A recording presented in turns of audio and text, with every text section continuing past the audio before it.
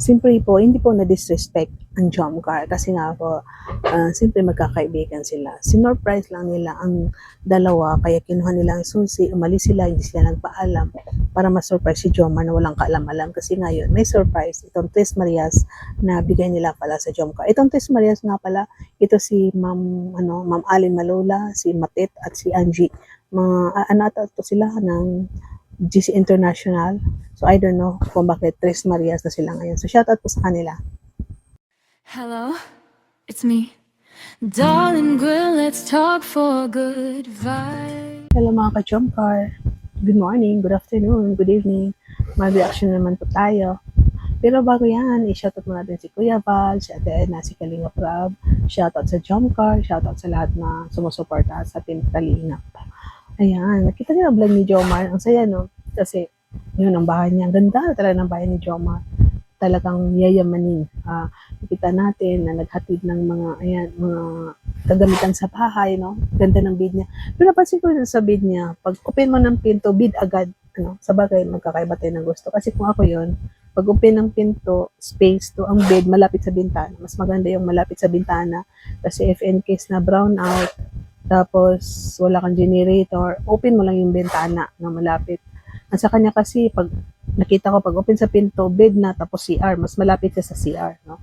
Kasi pag open mo sa bedroom mo, may space dyan kasi pwede ka maglagay ng upuan dyan or carpet, din ang bed mo dun sa bintana. Pero yun ang gusto ni Jomar. Pero maganda pa rin. Nakita natin yung linagay niya sa kanyang dingding para dyan yung headboard ng kanyang bed na yayamanin talaga. Pang transient, pang sabihin natin na parang mansionis kasi yung hagdan niya, di ba po, ayan. So, masaya. Dito rin sa vlog na to, no? Itong apat na to, maraming vlog na magkakasama sila. Nakita ko yung unity nila, yung friendship na nabubuo. Nakita ko yung saya, yung samahan nila is pwede kang gumawa ng team na apat sila. Kasi tatlong itlog. Tatlong itlog, isang isang bulaklak. Ayan. O, di ba po? So, magpapakita tayo na kunting short clip yan sa yung naghati ng gamit para sa bed ni Jomar. Bagay ka siya vlog. Cute. Dito ididikit yung bed frame. Oo, dito.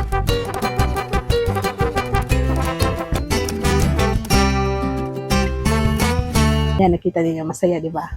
So, dito na naman, natuto ako dito sa dalawa kasi habang naliligo daw si Jomar, kinuha nilang ang susi. So, parang tumakas sila ng biglaan kasi kukunin nila yung pera na may nag-sponsor itong Tres Marias daw para daw sa Jomcar. Kaya walang kaalam-alam si Jomar. Kaya pagbalik nila, dapat tapos na daw or baka naliligo pa.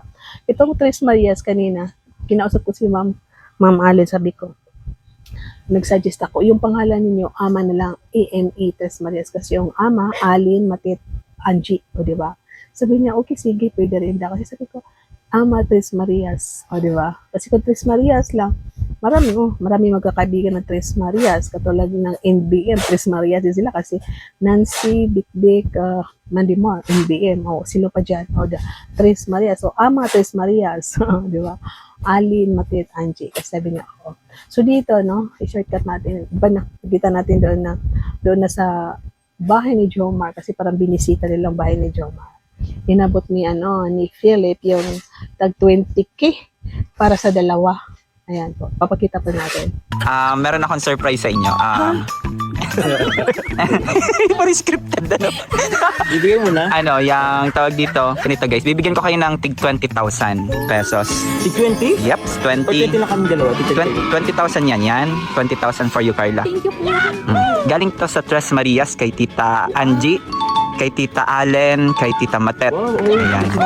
Tig 20k daw kayo. Tapos kayo na daw ang bahala kung anong gusto nyong gawin para yan sa mga bahay ninyo. Salamat po. Sige, So, salamat. Tita Allen, Tita Matete, and Tita Angie. Angie. Sige po, Tita Alin, Tita Matutula, and Tita Angie. Siguro, dito na lang din ako kuha tuloy ng pang kay Buboy. Para din naman Iba-vlog natin din ba si Buboy ngayon? Kung kaya. Ayan, 20k sa bawat dalawa. At galing to sa Tres Marias, Ama Tres Marias. Sabi na tag 20k sa kanila. Ito si Carla kasi sabi, bahala na kayo kung saan nyo gagamitin basta para sa bahay. Pero sabi ni Jomar, para to kay Buboy. Kaya nga sa vlog na ito, parang tumuloy sila kay Buboy, no, binisita nila si Buboy. At masaya ang kanilang bonding kasi nga, sabi ni, kasi usapan nila doon sa sasakyan, Guys, nakasahod na sila, o di ba? Kaya pakinggan natin anong sabi ni Philip. Na daw sila. Sana all. Bro, walang dumating yung sahod ni Carl. Bro, kung ako sa'yo bro. Dumating na rin yung sahod daw ni Kuya Joms at ni Carla. So, paldo ako. May bro, kung ako sa'yo bro lang. Ano? Paldo ka ng bag. Ayan. Kasi usapan nila dito sahod sa YouTube. Kaya sabi ni Philip Paldo. So ito pala si Jomar, editor niya si Philip. So baka editor din ni Carla. Kasi parang yung Paldo. O diba? Masaya. So, itong dalawa. Ang isa na nakakatuwa dito kasi parang yung patapos na maligo, na walang kaalam-alam. Kasi ang dalawa nito parang sila nang nagde-decide kasi sabi ni Jomar na, channel nyo ba ito? Parang hindi ko to channel eh.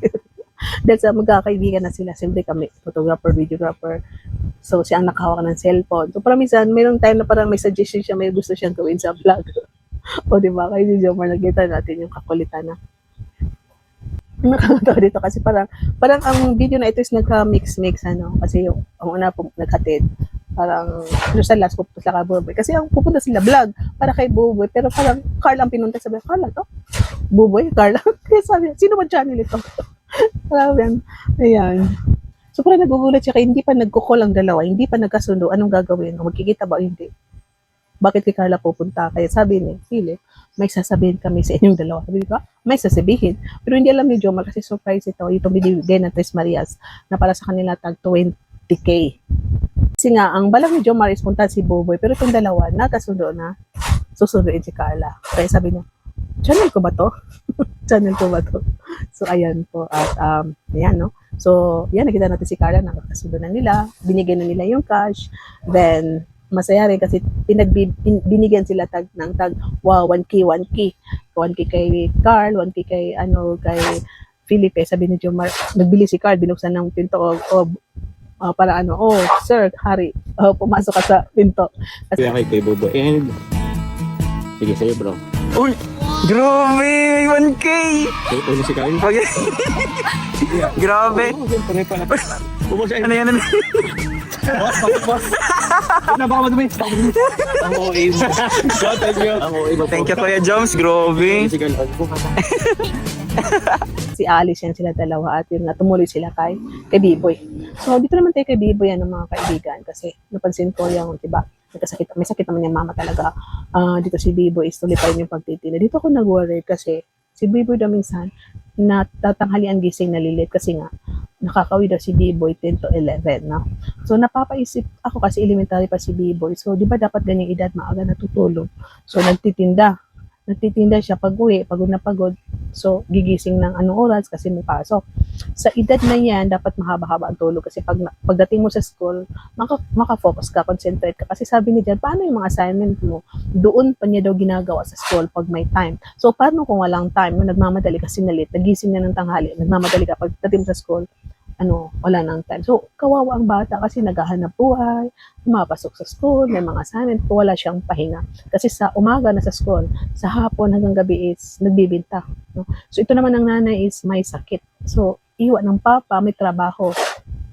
So, hindi naman natin pwede sabihin na, nanay, dapat ikaw maghanap buhay ang anak mo. Mag-aral lang kasi itong bata, si Buboy gusto niya talagang magtinda. Kasi nasanay na siya magtinda, nasanay siya na mag-savings. So, itong nanay ay may karamdaman, o diba po? So, hindi tayo pwede mag-judge, hindi tayo na pwede mag-suggest kung anong dapat nilang gawin kasi alam nila yan. So, para sa atin, nasasabi rin natin na talaga ito si Buboy is kailangan niya talaga ng maayos na oras sa kanyang pag-aaral kasi kawawa rin ang bata sa health, no? Kawawa rin sa pag-aaral niya, no? Yung brain niya, walang pahinga, katawan, walang pahinga.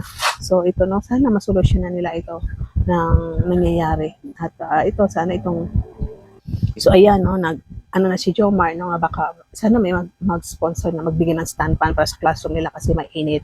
At simple, pag malaman dito sa school na si Jomar is a charity vlogger, baka makita rin ni Jomar na may kailangan tulungan. So, ito si Carla, maka-vlog din dyan. Makakita rin siya na, uy, pwede sponsoran ng Ethan School. Ito, baka itong mga teacher, malay natin, no? Mag-message kay Jomar, kay Carla, uy, pwede nyo kami tulungan, bigyan nyo rin kami ng stand fan or kung ano ba. O dyan, lalawak at lalawak ang charity ng Jomcar. O, di ba masaya? So, yan po, tuloy lang po pagmamarathon po sa vlog ni Jomar at Carla at ang vlog ni Kalinga Prab. Thank you po sa lahat na sumusuporta. Shoutout po sa Jomcar community, Jomcar fans for life, solid mga supporters, JC International, yan, Kinorfaina. I-shoutout ko rin ang Jomcar 22 Solid Group, Team Jackley, Team Mazur, Team Baguio, ayan, kina Ma'am Anolin Sabado, Team Hopia, ayan, Team Katsa, isali rin po natin. Tres Maria, sabi ko kay Ma'am Allen na ama Tres Marias, kasi Allen Matita Angie, shoutout. Sa Karaba, pag-subscribe po din ng mga kasamaan ko sa Karaba, ayan, si Kalingap Nurse, Kalingap Noli, Ganang Amy, si Sanji, siyempre huwag niyo kalimutan si Darlene Vlog at ang vlog ni Kuya Val at Atin at Kalingap Rob. Thank you po, bye-bye, at ingat po kayo lahat, God bless you.